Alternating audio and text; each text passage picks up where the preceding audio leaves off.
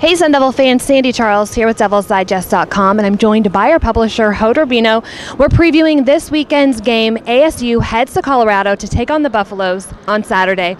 So Hope, caliber of opponent seems to be a relevant topic when talking about Colorado's success they've had so far, as well as ASU's big win last week.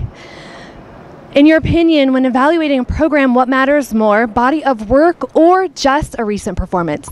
Yeah, I think the caliber of opponent is something that really can kind of skew things for both teams. Let's start with Colorado. I understand the old cliche, you can only play the teams that are in front of you. And, and Colorado didn't make up this schedule 5-10 years ago thinking, wow, we know we're going to have an easy time with New Hampshire and Nebraska on the road, and UCLA is going to be a horrible team. So, yeah, sure, let's schedule those teams and start out to 4-0. It obviously doesn't work that way.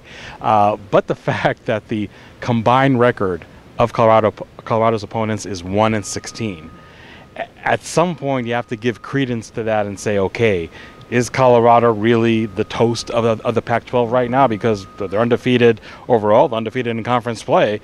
So you would have to say, yeah, they're the favorite to win the South, just from a statistical standpoint. But like you said, when you look at body of work, I mean, who are the teams that you actually beat along the way? Mm-hmm. And the fact also is that even teams like Nebraska and I believe also New Hampshire actually had their best offensive games against Colorado, even though they lost in those games. So maybe that's something also to be said about that. And then you look at ASU. I think the more I look at this Oregon State game last Saturday, I see it more and more of a bag of mixed goods. Obviously offense, you can't say anything about Benjamin and the rushing game, but the passing game, even though Manny Wilkins had 3 touchdown passes. Rob Likens, offensive coordinator, after the game, Manny Wilkins himself, were disappointed in that effort, coming on the heels of a 104 passing yard effort in Washington the week before. So Arizona State really like to get their passing game going.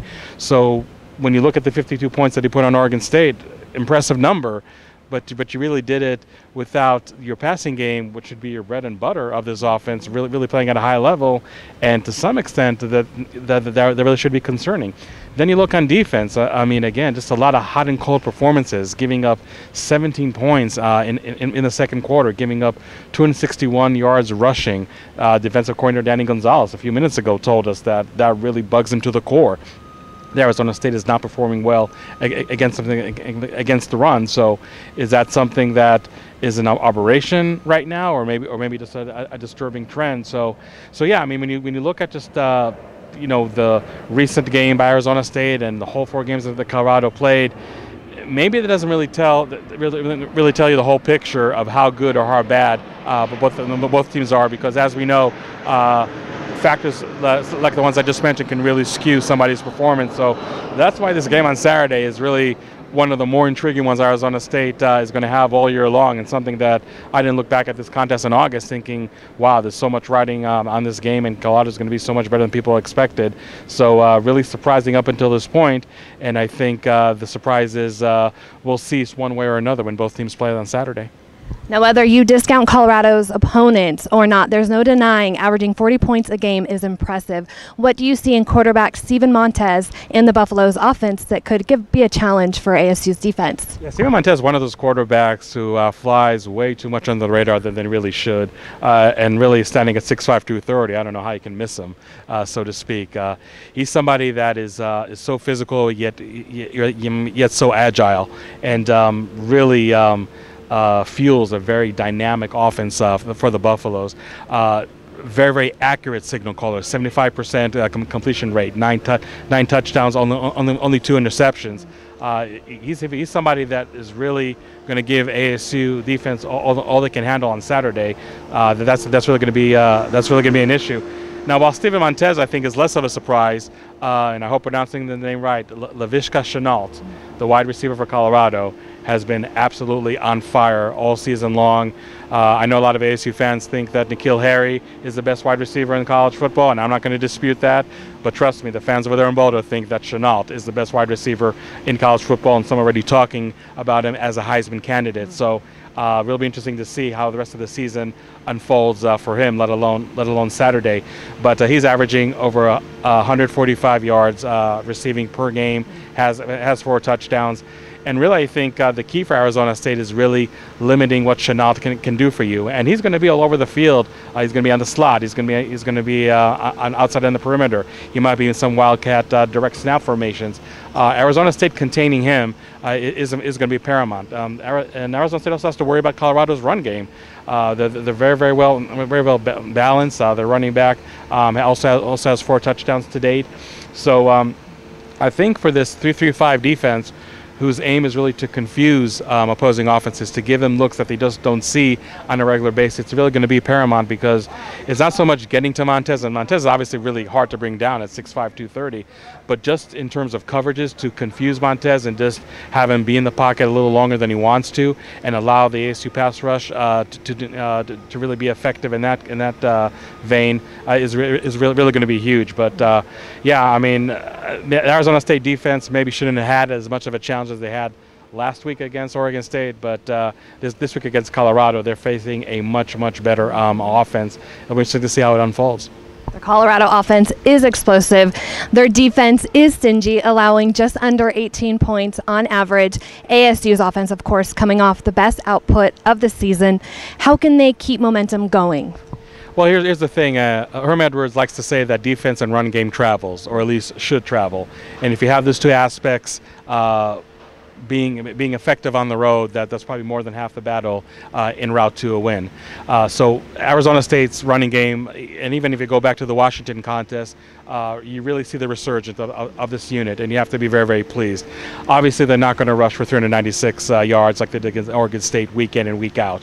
And, you know, when you talk about the caliber of opponent, Colorado being as stingy as they are on defense is a really true reflection of how good that unit is. Because I think Colorado, they may not say it out loud, but deep down they know this is the best offense they have faced to date in Arizona State. And they were probably expecting an explosive passing game with Manny Wilkins, N'Keal Harry, Kyle Williams, Frank Darby.